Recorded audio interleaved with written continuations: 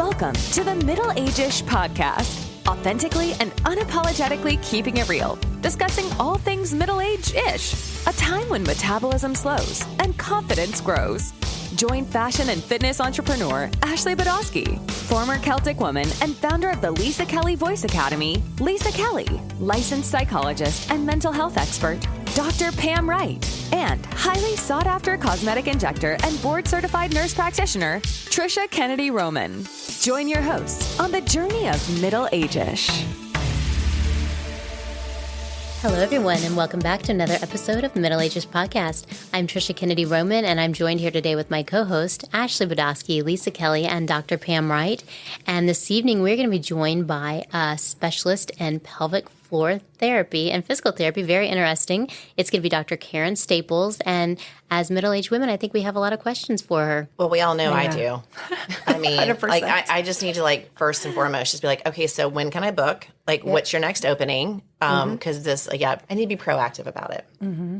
Yeah, we shouldn't be peeing our pants. No. Like, I really shouldn't. I can't jump on a trampoline at all. I can hardly sneeze if I start laughing too much. Yes, that's the worst. And then it's just like, there's that, like, when you're rushing to the bathroom, like, it's just, where's your dignity? Oh, like, no. we're back in toddlerhood where you, like, you go potty in your pants and you're like, uh-oh, I'm sorry. You know the sneeze. Does that happen to you? That you know which one you're going to pee. Like, some sneezes are fine, but then you have one sneeze and you go, oh, no, this is it. So it's got to the stage. It's got like, you got to cross your legs. Yeah. It's so unfair because, like, we went through potty training. Yeah. I think our male listeners right now are thinking, oh, boy. They're not another one. But I think, too, though, when I was researching pelvic floor therapy, because even in being a medical field, I didn't know a lot about that, but I also read that it can really help with low back pain, which is definitely me. So I'm really anxious to hear about it. I didn't know that. Mm-hmm. Like, I have piriformis syndrome. And wait, what is that? It's where, like, the muscles in your butt kind of are tight, and so then it makes your low back hurt. Oh. And you got a tight butt? I do. Yes, you got a tight little tush over there, Trisha. That's what we need. Yes, I wish. Well, now that we're doing live, stand up, turn around. Girl. That's what the male viewers are tuning in for. Yeah, you're like, oh, hold on a second. We've got something for you guys. If only that's how it works. Oh, I'm sure it does. That's exactly. 100%. But here we are. I'm excited, though, to hear about that. Mm-hmm. Yeah. I know we're talking about physical therapy, but like for a gynecologist, nobody tells you what you're supposed to do when you go there. I imagine if you go in kind of blinded, that's a pretty big surprise. Or even mammogram. I remember, like, I don't know, like, oh, okay, this won't be too bad. Yeah, you're like, why the hell does this hurt so much? Like, what? And why? I'm telling you right now, a guy developed that. Yeah. Do we have to have our boobs pressed to, like, the size of a very thin pancake? I said it to her the last time I was in. I was like, this is crazy. I was like, if they had to test for testicular cancer this way, we surely would do something different. But she was like, no, but it's really improved. I was like, well, has it really? But it has. Not in That is such a great comparison. Oh, my God. It would be new invention next day. Can you imagine just your husband's having to get in stirrups? Like, just that alone? Scott wouldn't do it. There's no way if Scott had to go in.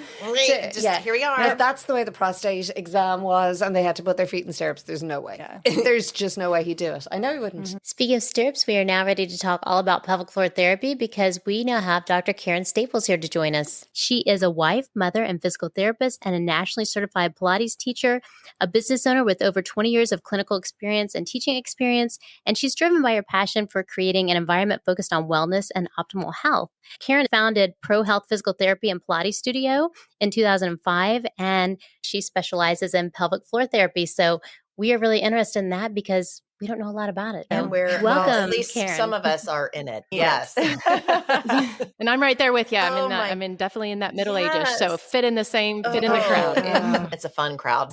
We talked about potty training when we were younger, and now we're having to potty train when we're older. So talk us through, like, we need all of the information to. What do we potty train the adults? Exactly. Yeah. How do you potty train us? Yes. So the first thing that I like to say to people is just to explain the pelvic floor. What is it? What's the anatomy? Where is it? Because literally all humans humans have it. The idea here is that when somebody comes in and they've been experiencing leakage or they're having pain during intercourse or other things, there's a lot that goes on in the whole area coming from both your breathing diaphragm down to the pelvic floor. But specifically the pelvic floor, it goes from your pubic bone to your tailbone and to either bone that you sit on. So it sits in this area like a hammock. Lisa, being a singer, very familiar with the diaphragm, but looking at it's the same shape, it's just facing the other way. So the breathing diaphragm sits in your rib cage like an umbrella, and your pelvic floor is an upside down umbrella. And so the two have to be able to work together. And what I find is that a lot of people start to think, I'm not really sure how I could even find it. So just if everybody's sitting and not driving in their car doing this, just to feel what is even happening in that pelvic floor, if you take your hand and place it on your sacrum. So the sacrum is that triangle bone at the base of your spine. And then take your middle finger. This is not live. Wiggle it in between so you feel your tailbone. So you're going down the crease in between. Okay, so you want to have that finger curved underneath. So ladies, I give a different cue for men. But for ladies, put your mind's eye where your vaginal opening is. And your vaginal opening, think of it like your mouth. So the mouth is a little bit open. So you want to think of closing it and draw it up and in. And then release. And what you should feel is you may feel the release more than you felt the tightening. Okay. So if you think as you kind of pull in, you'll feel your finger like it's like your tailbone gently curls under, pulls away from your finger a little bit. And then when you release, then you feel it come back. So that's your pelvic floor. That's a pelvic floor contraction. So what happens is sometimes about 40% of people do that contraction wrong.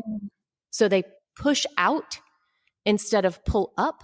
And so the biggest challenge is to make sure that we get that balance in that pelvic floor first, but then there's the other parts in that center unit of your body that you want to be able to balance out as well. But just to start out, like what even is the pelvic floor? It's these muscles that attach to bones that actually don't even move.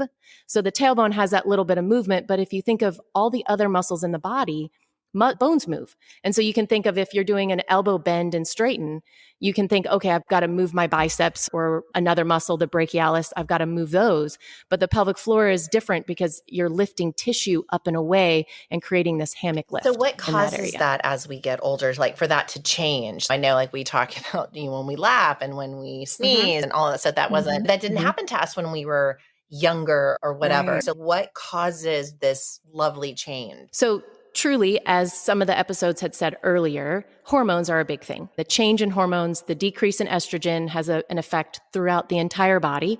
It's another reason why during this time period that a lot of women will experience muscle pain and joint aches because there's estrogen receptors throughout the entire body. So as those estrogen levels change, you can have these other symptoms that come up. And one of which is that pelvic floor isn't quite as strong as it once was. And so there's an element, you don't use it, you lose it. So in general, if you're doing fine, meaning, okay, I'm walking around and I'm not peeing all the time, your pelvic floor is doing most of its job. But when you cough or you sneeze, what happens is pressure increases in your abdominal cavity. And with that pressure increasing, things have to change. So meaning that the abdominal muscles have to be able to engage, the pelvic floor has to be able to engage. You've got to be able to have this balance. And what happens sometimes as we get older, those trunk core muscles, they get weaker, whether it's because of postural changes, less activity, changing other things, weight change, because if you change in weight, and one common thing in menopausal, perimenopausal time is to gain weight around the middle, as you've had some discussions on other podcasts. So you gain weight there, those muscles in that abdominal area stretch. Similar to some degree, not the same, but to some degree like they stretch during pregnancy. But in this case, it's stretching and there's other tissue that's stretching it. And so we need to be able to maintain that support. And so this inner part of the body is a canister. So if you think of an image like a soda can, the top of the can and the bottom of the can are the strongest. And then you've got this nice tension around the middle part. When you release and open up the soda can, that's like breathing for the diaphragm, that pressure changes. Imagine instead of taking that release, you're just pushing more on the can. So then that middle has to be able to expand. And if it can't handle it very well, then unfortunately something might leak out because the floor part is, I can't hold it all. Oops, I know. sorry. Yes, I can't do all the work. I need my friends. We're all falling apart. Yes. All the friends are falling apart. So, Karyn, does it work the same way then for men, or is it just something that doesn't affect men? It just doesn't work the same way. It does in some ways, but the interesting thing for men is they generally have a prostate. So what happens in men when they have to have a prostate surgery, removal because of cancer? That's when they generally experience leakage. What's interesting is men will not tolerate it. Once they start leaking, they're going to start to figure out, what can I do to stop this? I don't want to wear a pad. This is embarrassing. I don't want to do any of that. Women, it's, oh, I had a kid. Oh, I, this happened. Oh, it's okay. My mom did too. It's not a big deal. But what happens is if it keeps going at a little pace, then all of a sudden it's, oh, that happens like once a year if I laugh really hard and I haven't gone to the bathroom in time. And then all of a sudden it's, okay, it's like once a month. And then it starts to become almost every day. And it's, oh, fine, I just need to wear a panty liner. But then that panty liner gets bigger and that's more of a problem. Now that's a bigger issue. Yeah. And then now it's a bigger issue to solve. So the sooner we can get in and have things to be able to address it, the better. As you had Tracy on earlier in episode 5, talking about all the vaginal rejuvenation and other things that can be done. But she even mentioned the pelvic health PT. If that component can happen first to some degree or in partnership, it helps in the long range to not have other things down the line, which can be really problematic, where it's pelvic organ prolapse, where now the organs, instead of staying where they're supposed to be, they're actually falling down. Good Lord. How do you get to the point where okay, this will really help this person versus doing something medical or doing a sling? I always tell people it's the best first line of defense. So let's just say if you need to have surgery, no matter what surgery you would have in your body, the stronger you are going in, the better your outcome. So there's different stages to a pelvic organ prolapse. Let's say somebody's like, I've got a stage 2 and the doctor thinks I might need to have surgery. If everything can get stronger beforehand, then it makes the postoperative recovery so much better. So the goal would be to take something from a certain stage to at least go back a stage, from stage 2 to stage 1. But if we're already in a stage 4, that means things are actually coming out of the vaginal canal. There's actually somebody's feeling something. That's definitely much more of a severe issue that needs to be addressed. Wow. That makes sense. So what are some of the signs that typically bring people in? We know peeing when you sneeze and leakage, but what are some of the other things that people need to look for that maybe they need to come in and look at pelvic floor therapy? I'm a big proponent of somebody after they've had a baby to go ahead and within that first 6 to 8 week time frame as you're recovering and being a new mom to have that, which I've seen that more. I feel like the younger moms are really addressing that sooner. It's something that's talked about more. But then as somebody has gone on longer and it's something I've had, the sooner the better at any time. So it's one of those, if you're somebody that, every time you get in the driveway, you've driven home from running errands and you come in the driveway and you're like, oh my goodness, I am not going to make it inside the house. I'm going to pee my pants.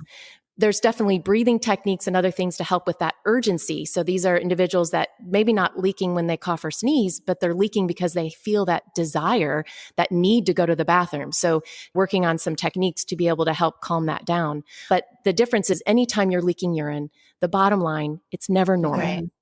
I never knew about this when I had the kids. This was never discussed. I mean, I only heard about it when I got older because you get to your 40s and now 51 or whatever. And now it's things that people are talking about a little bit more. But I think that's amazing that now younger women are discussing it or they're knowledgeable about it. Because again, guys, I was never told about this. And I think that's a big draw of social media. Yeah, social media has definitely helped to put the word out. Like, I think again, like you were saying, it's better to be proactive than reactive because I'm now reactive. I'm like, okay. But when it came up for discussion, it was like, oh, well, it's because you're older and your body is just like on vacation permanently. This is just something I definitely would have done after baby's had. I've known about it. Oh my, it's always better. I did know about it. I definitely need, I remember my mom telling me, my mom had my sister, she's 8 years younger than me. So I remember my mom after her doing all those books you used to get after you had a baby years ago that would show you all the exercises to do to get rid of your baby tummy and everything. But I always remember her telling me to do my pelvic floor exercises. So I did them from a really young age and then just felt like I'd failed everybody when I pee my pants and I'd sneeze. Because I was like, I did everything right. And I used my pelvic floor all the time. That's absolutely amazing. Because I mean, that's why when I got older, I was like, what? on top of everything else that is changing in your body. Now we have to go back to potty training. This is insane. So I think it's fantastic that women are just being proactive at a younger age. I'd heard that years ago, and I think this theory has been totally debunked, but you can, when you were peeing, when we were younger, they used to say stop and start your pee to strengthen your pelvic muscle. But I believe that theory is absolutely wrong. Yeah, the wrongness of it is because there's a sphincter at the base of your bladder that's not under your voluntary control. So it listens to the bladder above and the pelvic floor below. And so if you're peeing when the pelvic floor muscles are actually stretched and everything's supposed to be relaxed, and then you all of a sudden stop, that sphincter's, we're done. Okay. And then you try to start again. And then it's also a very challenging position for the muscles. So it's not a great place to practice because you're really making it practice at its like most intense part. So as women, our urethra are 4 inches long. So gravity really helps a lot to get the urine out. Men have the prostate because the urethra is 11 inches long or so. And so they need that prostate to help pump it out. And that's the problem when there's a prostatectomy, is that they don't have that anymore. So there's some elements of having some of that urine sitting in the tube for longer and other things that the pelvic floor now has to play a much stronger role than they didn't have before. That's just crazy. Do you think with Kegels, do most people not do them correctly? So about 40% of people don't do them correctly. So the pelvic floor contraction is called a Kegel, and it's named after a doctor, Dr. Arnold Kegel, because back in the 70s, he was like, this is the cure for urinary incontinence. Do Kegels, do 150 of them a day. It's not the cure because you can actually overwork the pelvic floor and make it so tight that you will still leak. So there are marathon runners that have super strong pelvic floors, but they leak because they lack that ability to have that balance between the breathing diaphragm, the abdominals, the back muscles, and the pelvic floor. So it is important to know if you're doing it correctly. It is a lift up and in, not a push out.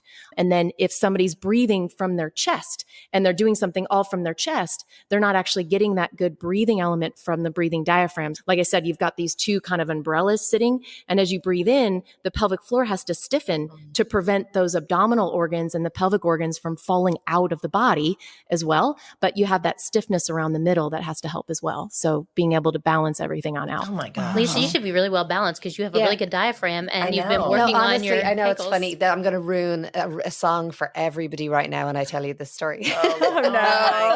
All right, we're ready. Do we need to take a drink first? Yes, Okay, are we ready? So probably one of the most famous songs that we did in Celtic Woman is a song called You Raise Me Up. Oh, So when we were on tour, we would have a live band on tour and we'd be singing live with the band. But because a lot of the backing track is orchestral, they're obviously not with us on tour. So you have a backing track, which is live. And there's a thing. There's a thing called a click track. And the click track keeps the live musicians, the live singers in time with the tracked orchestra. So years ago, she'll kill me. Chloe was really young. She was about 18 or 19. We had this conversation in the dressing room about, your pelvic floor exercises. And obviously we were always trying to keep Chloe up to date with everything. We were all older. So I was like, listen, this is what you're going to do. In the middle of You Raise Me Up, we have a click track that clicks every couple of seconds. Every time it clicks, you're going to do your pelvic floor exercises. I used to tell her you couldn't tell, but you were doing it anyway because you had this big ball gown on. But I used to stand directly behind her and we'd come off after the song and I went, you didn't do those properly. She's going to kill me. But honestly, through singing, you have to use your pelvic floor muscle so much when you sing in conjunction with your diaphragm. But it's just amazing that I didn't know that either until I had to teach. And you have to think about what your body actually is, and your body does it naturally. That's the crazy thing, is your body actually does it naturally without you thinking about it. But it's just, you don't realize you're doing it. And we all know the song. We all know the song. Foot bone's connected to the ankle bone, right? Now the balance of it. And it is amazing, like these muscles in the core of your body. If we want to talk about like from your shoulders to your hips, as a Pilates teacher as well, that's what we're working on all the time, having all of that. But the idea is that this core of the body has to be able to function well, and things should do their job without you having to think so hard about it. Thinking about when you're younger, you never really thought about, oh, I need to go to the bathroom. Like when you thought about it, you thought about it. Not too young, because then you're too busy doing something and don't want to take the time to go to the bathroom. But the idea that being able to know that these things function without you thinking so hard about it. And that's what our body is designed to do. It wants to do the least amount of effort to do the task. And if things are lined up well and they're functioning well, that's what's going to happen. when there's injury, when there's trauma, like a vaginal delivery, or even a C-section. Mm-hmm. And I think that's mistaken sometimes when people have a C-section, they're like, oh, good, my pelvic floor will be fine. But there's still an imbalance in this whole core system because those muscles had to be cut. It is major abdominal surgery.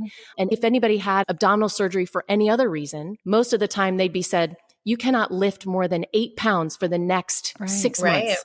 But hey, you had a C-section. Next day, here's your 8-pound baby. Good luck. That's just going to get bigger as you go. That's crazy, actually. That's really That's insane. true, though. So I know like each person is individual, but what do you see as far as time frame of therapy and the length of it? Like when someone could start to see improvement. Now, again, I know that it depends on the severity and situations, but for the most part, does your patients all see improvement? And is it a 6 month? Is it a 3 month? Is it a 12 month? What's a typical timeline? Generally in 4 to 6 weeks. For a new patient, I'm spending an hour to 45 minutes with that person going through when did this start, what's going on and what's happening to your body, and looking at all the things. And I just want to hear it all. And then I'm asking questions. So how many times do you go to the bathroom during the day? How many times do you go during the nighttime? How many times are you waking up specifically to go to the bathroom? How are your bowel movements? Do you have pain during intercourse? Do you still have a menstrual cycle? What do you use for hygiene? All of those kind of specific things. And then the next part goes through, let's look at how do you check the body out? So I'm looking at how does your spine move? How do your hips move? What's the strength of your abdominal muscles, your back, your hip? I'm just trying to clear out to see what other components are part of this. If somebody's having pain, knowing that as a physical therapist, I do some manual therapy on muscles, there is a next step to look at, okay, are these muscles painful? So looking at an internal assessment and again, getting clearance from the patient and knowing that just to see how the muscles are. The interesting thing on the pelvic floor, so if you look at your finger and you bend your index finger at the first really big knuckle, not the little one at the very end, but the first big knuckle. Oh, yeah. From the tip of your finger to that knuckle, that's the length of your pelvic floor muscles. That's how far up in that vaginal canal they go. The rest of the vaginal canal, because most of you are going to be thinking, oh yeah, it's higher than that. It goes up further. That's mucosal lining, just like the inside of your mouth. So it's a self-cleaning oven. So the pelvic floor is really at the bottom part, but it's pretty deep. There's 3 layers of muscles there. And so that's what we're working on. So you can't really get the gist of how well the muscles are working. There's some of it that are still further in that canal to be able to assess. And then from there, I always give homework. As a physical therapist, you're always going to leave with some level of homework, but I'm always cognizant to know how can I link it to things that you're doing during the day? Because sometimes there's things that happen that it's based on positionings you put yourself in that you don't know that you are. For instance, if you stand and you always stand and put your weight on one leg, you're always leaning to one side. There's going to be one side of your pelvic floor that's going to be working better than the other side because you're putting weight over there. If you stand and you have a really long curve in your back, like the curve goes up towards your shoulder blades, it's going to make your abdominal muscles weaker because they're stretched out. You're not having that good balance. So there's that balance in there. But if you're doing your homework and you're doing the things you need to do, then it's within 4 to 6 weeks that 80% of people are going to see significant improvement in that short period of time. And they should. And if they don't see that improvement, then there's something that now we need to go ahead and get some other medical providers. It's outside of my scope at that point and being able to go through. My big thing, as people come to see me, it is a partnership. I want you to be better. I always want my patients and people to feel better. But if they're not putting in the effort, we got to meet in the middle. This is just, It's crazy how it all goes hand in hand. oh my together. gosh. I learned so much from each of our podcasts. And it's amazing how some people that they just a few weeks ago had a patient come in and she's been having urgent incontinence. So where she gets that feeling, I have to go to the bathroom so bad, I'm going to pee my pants, and starts peeing before she gets to the bathroom. And within 2 weeks, just by doing some of the techniques I told her, she's, I don't do that anymore. It doesn't happen. 2 weeks ago, you all talked about like the mind body, the spiritual connection as well. And there is so much of that connection of how your mind works and your body, and how can you find that connection to be able to put everything together. That's crazy. I was listening to a girl on a podcast the other day who was talking about the urge to pee when you're in the shower and how bad it is for you to give in to that urge. Is that true? It is true, because then all of a sudden your brain will link hearing water to having to pee. So whatever your brain links together, so whatever wired together fires together per se. And in that case, it's if you give into it, that means anytime you go to wash dishes or wash your hands, your body will think, ooh, I got to pee. it linked it together as that's a psychological too. Yeah. It's almost like if I have a car accident and it's raining, then I think every time it rains, You're going to crash. right. So then people won't get in their car. So it's a whole psychological, that makes a lot of sense. That's crazy. So if someone does the exercises and they do better in 4 to 6 weeks, do they continue for the rest of their lives? Do they have to just keep doing it every so often? I like to have people do it every so often because you have to create those new habits. So it takes that period of time to create those new postural habits, those new movement patterns. So it's good to have those foundational exercises that literally take anywhere from 3 to 5 minutes. Not really long. It's just part of your routine. And so it's just like with anything, sometimes you just have to do your prep work to be able to have everything else go better. And that's what a lot of these exercises are, just very much foundational prep work. Do you feel that people have gotten better about coming to you for things like this? Because to be honest, I would never have thought to go to a physical therapist. Oh, because I would have absolutely. assumed you just go to your gynecologist. Yeah. So yes and no. So I would say yes and no because even some of the gynecologists don't even offer it. They don't even say, I will give you a referral to physical therapy because just like you said, they'll go to their gynecologist and they'll be asked the question and they're like, you know what? I'm going to answer yes this time. I'm going to be honest and say, yeah, that's happening. And they're like, oh, here's some creams or here's this and let's just revisit this instead of saying, and what I've noticed is some of the older, like when I say an older mom, like maybe their daughter has had their first child and is really keen about pelvic floor health. And they're like, the mom's, I still leak when I sneeze. She's like, oh, you shouldn't do that. And then they're coming in saying, my daughter said I wasn't supposed to do this. So I don't know really why I'm really here with you. But then we explain, let's work on the muscles and all of that. And they were surprised because again, they thought, I just have to live with this. My mom had this happen. Or that. Getting older. Definitely a common issue. What's your thoughts about some of the new procedures and things that are out there, like the Mona Lisa and the things that people can do for tightening or rejuvenation? Does that help and go along with it, or is it a completely different thing? I look at it on a spectrum. So it's some things that some people need to have based on lots of different things that they've had a little more trauma, things are a little bit more stretched. The tissue, as the decrease in estrogen and the change in the collagen, it affects people differently. So that's where that gamut of everything. It can get with the Mona Lisa at times, and I've seen this with some patients, it gets too tight. So now that person went to get this procedure to be able to help tighten things up, and then it went a little too far. And now they're having pain during intercourse, or they're having difficulty fully releasing their bowels because things are too tight. So we need to work on the opposite and make sure that things are stretching. So with any procedure, there's always risks and benefits. I think it's so important too, because Tracy said before, is you can do these exercises wrong. So it's important to have someone guide you through that, because oh my God, because that would I be would hate to think, yes, totally I'm doing the wrong thing and it's not helping at all. So I actually have an online course and I call it The Power of Your Flower, that I go over a lot of these other things that just talk about different exercises that are just beyond Kegels. It's not just Kegels. When I graduated PT school in 1998 and I went to my first continuing ed in pelvic health in 99, and it was called Beyond Kegels, that practitioner that was teaching, she worked with Dr. Arnold Kegel, and he's not got it all. But so taking a lot of that and different people I've worked with over the last 25 years and just taking that information, I have a website, drkarynstaples.com, and it's called The Power of Your Flower. There's some other courses on there, but that just is a great place to start. I love the name, but we will definitely post that link when we post this podcast. That's fantastic. And knowing Karyn, this will probably be the most thorough thing you have ever seen. There is nobody I know who works harder than this woman. She's incredible. She's absolutely incredible. It's an amazing thing to think of how much the incontinence industry has on advertisements to make the products that they have look more appealing for people to use. So again, having that versus, in my opinion, is okay, that's great. And that's something to be able to utilize at a time, but let's do some other things and see, can we make that better rather than having to go to that? It's unfortunate that many times as people care for their aging, adulting parents, that at some point, that's usually the reason when they have to start changing their adult parents' diapers. That's usually where they draw the line, and they need to be able to put them into a facility or something. So the goal is that we want to keep as continent as possible for as long as possible, so our children do not need to put us in a skilled nursing facility. I'm a mom of all boys, so I'm probably fast tracking it to the nursing home anyway.